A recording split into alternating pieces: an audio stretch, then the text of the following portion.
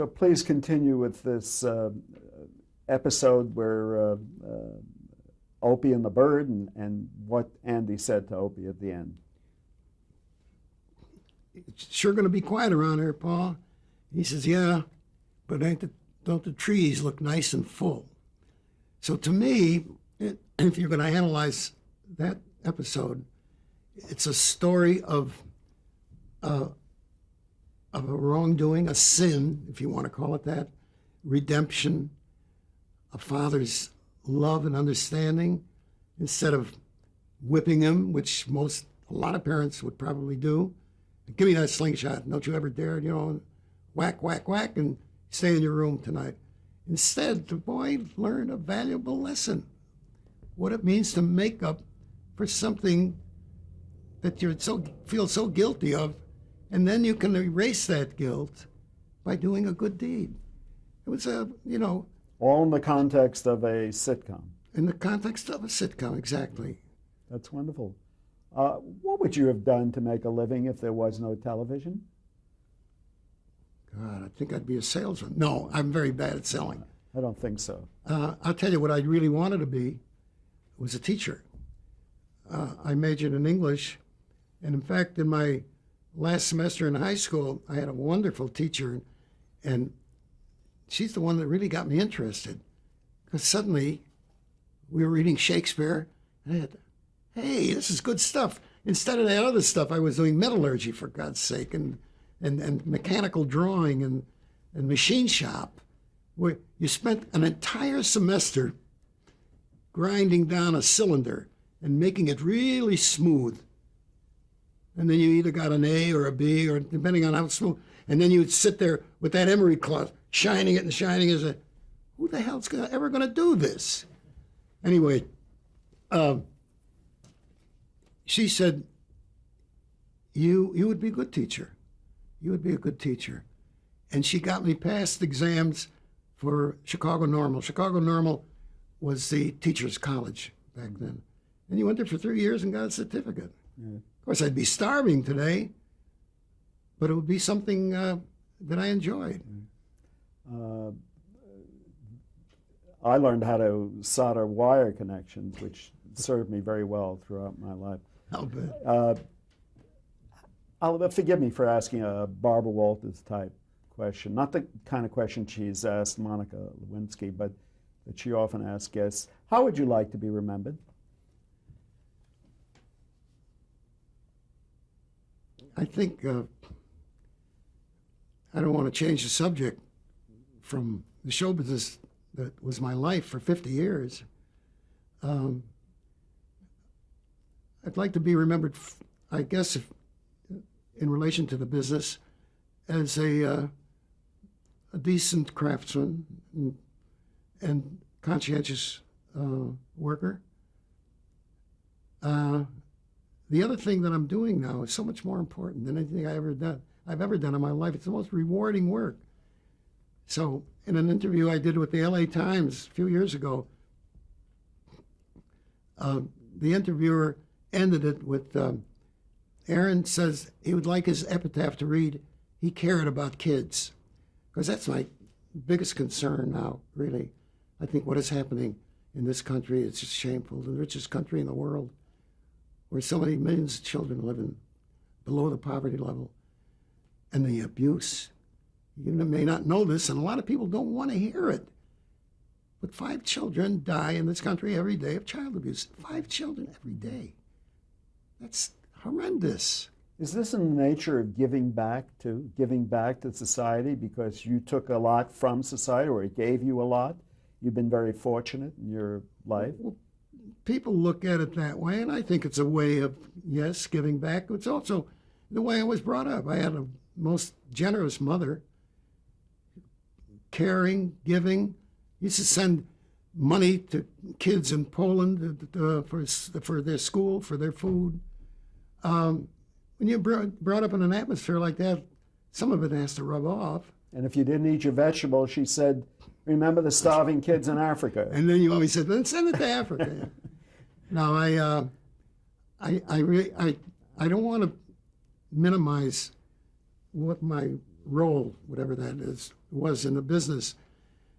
I'm proud to have worked with some of the great, really remarkable talents, starting with George, and right up to the very last thing I did with Andy Griffith. I feel very privileged and honored that I was in that group.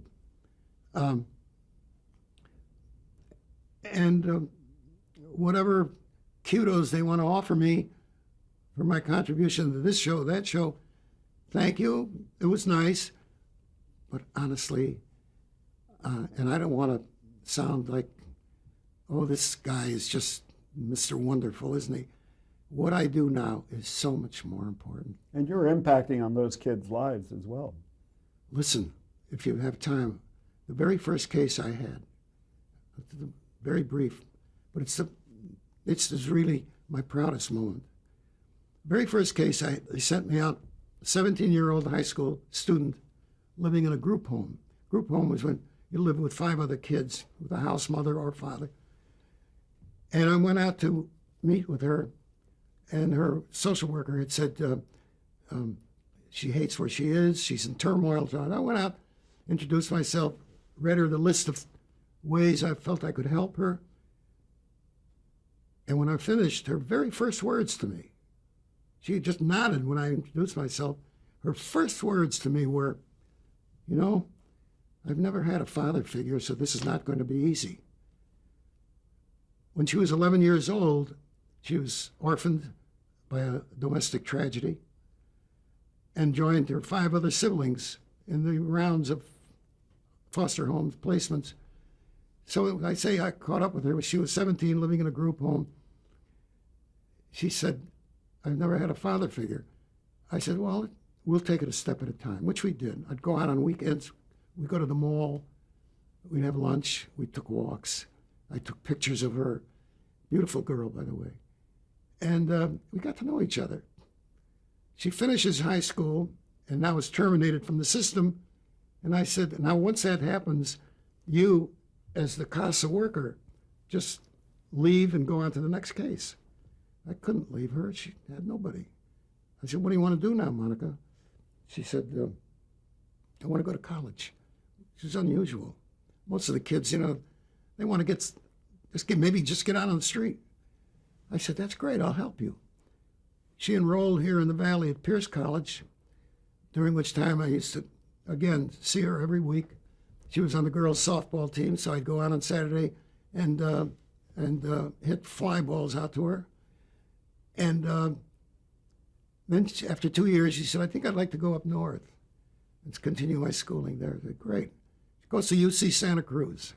3 years ago, my wife and I went up there to watch her march across the stage in a cap and gown and get her degree in sociology. That year, her Christmas present to me was a sweatshirt that said UC Santa Cruz and underneath, Dad. A year later, we went up to see her get married to a nice young fellow who's also UC Santa Cruz graduate and is an instructor up there. And where's she now? She's in graduate school going for her doctorate. Now, I tell you. Nothing can match that. Nothing. No Emmy, nothing. And I mean that. There's nothing that can match that. And when she thanks me or other people say, oh, I say, wait a minute, she did it. I'm glad I was there to tell her she could do it. But she's the one who did it. Right. Because all the other siblings are all losers. But you gave her the help that she needed. Just a little extra help that she needed. Well, that's what I mean when I say that's really that's what's important. It absolutely is. You don't have to convince me. We're up to the last phase of this interview, and traditionally what we do is we ask you to say a few words about various people that you worked with and interacted with. And it could be something like, he was a fine writer, or that was a really solid talent, something as simple as that. And if you have nothing to say about the person, or you don't want to say something negative about them, that's fine too. But I recall that before I go on to that, about a person you work with and have spoken a lot about, there was a part of your relationship with him that we didn't discuss, and that's Sheldon Leonard. And I think privately, you had mentioned to me that he held what could be loosely termed as seminars. I wonder if you could explain that. It was a wonderful idea that he developed on the Danny Thomas show and then brought it over to the Griffith show. At the end of each season, and before we had to start preparing for the next season, Sheldon would have what we called seminars in his office, where we picked about a half a dozen writers that we knew we would want to do scripts for us. Pardon me. And we'd sit around and just bounce ideas off each other. How about one where Aunt B enters homemade pickles in the county something? County Fair. County Fair. How about one where Opie meets a hobo who has a great influence on him? How about one where Barney does something ridiculous, gives somebody a ticket for jaywalking? And we just bounce ideas. And then we'd start kind of developing a story out of it. I was the one sitting there with the yellow legal tablet, writing down as fast as I could all the notions that were being thrown around. When it was over, a good day, a really good day, was when we had about 3 or 4 stories. Out of all of these, you... Yeah. We started in the morning and finished sometime in the afternoon. And then we'd parcel them out. Who wants the pickle story? I'll take that. Who wants the Opie? I'll take that. And that's the way they were parceled out. And what would happen is they'd go off, do their scripts, and I used to go away, usually to Europe, during the hiatus. We had at least 4 weeks off, and that was perfect time to go. So we would assign the scripts to various writers. They'd bring them in, their first drafts. They'd come back with a second draft. By the time the season started, I had a stack of scripts on my desk. They don't have that today. They don't have that luxury today. They don't, because they don't work that way anymore. Everything is, and they talk about, oh God, we were up till 4 o'clock in the morning. I can't remember. It may have been one time where we stayed at the studio till maybe 10 o'clock, which was ridiculous. I cannot remember any session that lasted far into the night. Oh God, we couldn't beat this. It went till 2 o'clock in the morning. Forget it. It was all very well organized. And I must give Sheldon a great deal of credit because it was so well organized. It was like a well-run machine. And it worked. Yeah. It worked. And again, it's hard to find another Sheldon Leonard. That's right. Forgive me if some of these people we've already spoken about, but just give me what quickly comes to mind when I mention their name. Fred Allen. What quickly comes to mind with Fred Allen? Very witty, a sarcastic wit, who could also show another side to himself that was not always the most generous or kindly, but a great wit, fabulous wit.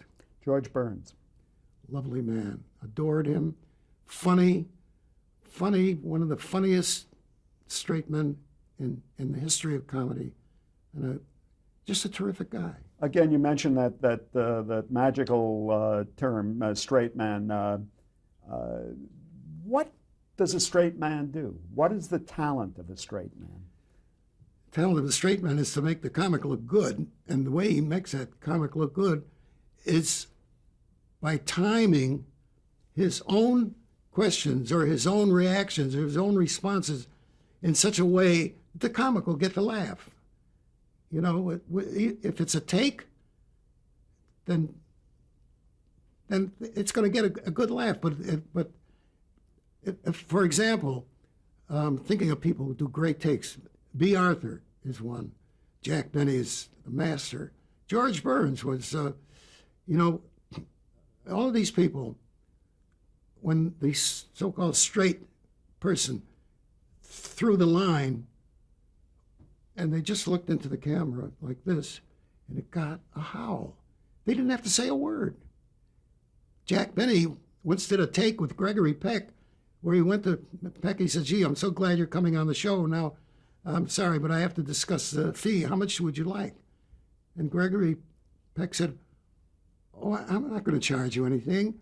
I want to do the show for free." And Jack Benny just stared at him for fully 5 minutes. By that time, the audience was hysterical. It got so that Peck couldn't go on. He had to turn away from that look. But that's because we knew about Jack Benny's stinginess, and the fact that anyone could do something for free was just beyond his scope. So to be a straight man, you had to be, and of course it could be a straight woman as well, but I mean the term is straight man. You had to be self-effacing because you were letting the other person get the laughs. But you were responsible for creating that laugh too. Yeah. You were, what, half responsible?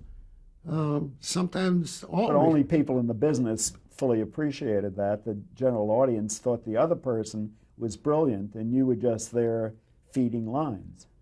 I think anybody who is wise enough and sophisticated enough to know what it takes to render a funny situation, that there are two people involved. There is the comic, and there is the straight man. Right. Wasn't George Fenneman, Groucho Marx, a straight man on Yeah. You Bet Your Life? Yeah. And did a wonderful job being a straight man. Absolutely. Well, he was really straight. I mean, really, really straight, you know. Or Margaret Dumont in the movies. She was wonderful. Yeah. She was a wonderful foil for the Marx Brothers. But Abbott and Costello, you mentioned earlier. Bud Abbott being a very fine straight man. And, of course, you always think of the comic, he's the funny one. Right. He's the funny one. But you got to give credit to that other person who supplied that platform. Right. You know, like Carl did for Sid. Right, right. Gracie Allen. What comes to mind when I mention Gracie Allen? A lovely woman, a marvelous performer. But a reluctant performer?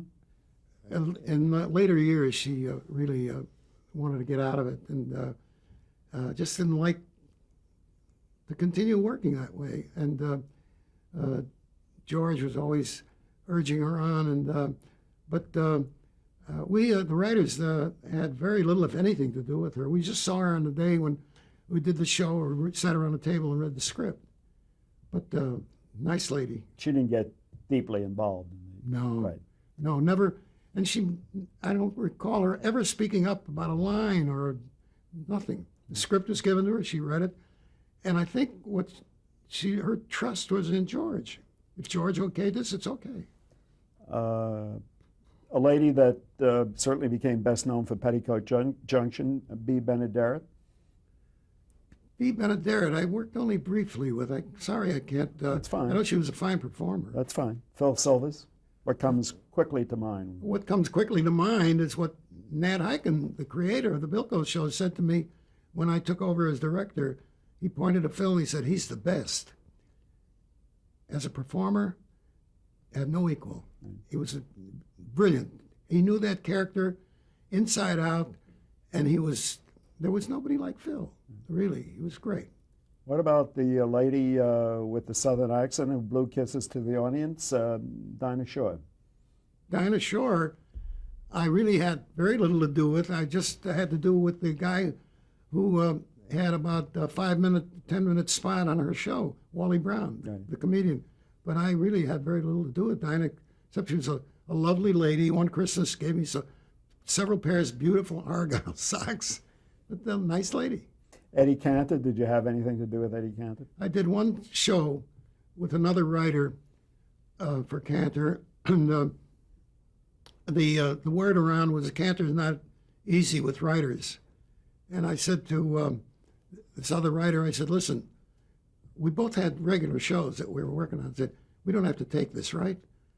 I mean, if he gives us one, any the so-called stuff that he gives other writers, we walk, right? Right." So we divided up the script, brought it to him in his suite at the Sherry Netherlands in New York, and Ida met us at the door, And we sat there. The Cantor went into another room, put on his horn-rimmed glasses, went into. I just, you boys, wait out here, and I'll read the script. I'll be right back. He goes in, and we sat there watching Ida. She was knitting, and pretty soon that Cantor comes out, and I'm looking over at my fellow writers, like, remember the pact. He comes out and he says, "This is very good, boys. I think this is a fine script." It took the wind out of our sails.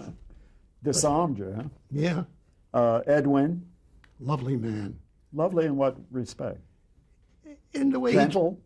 gentle, in the way he treated others, and just really a decent kind of a guy. I did one special with him, and this is the kind of guy he was.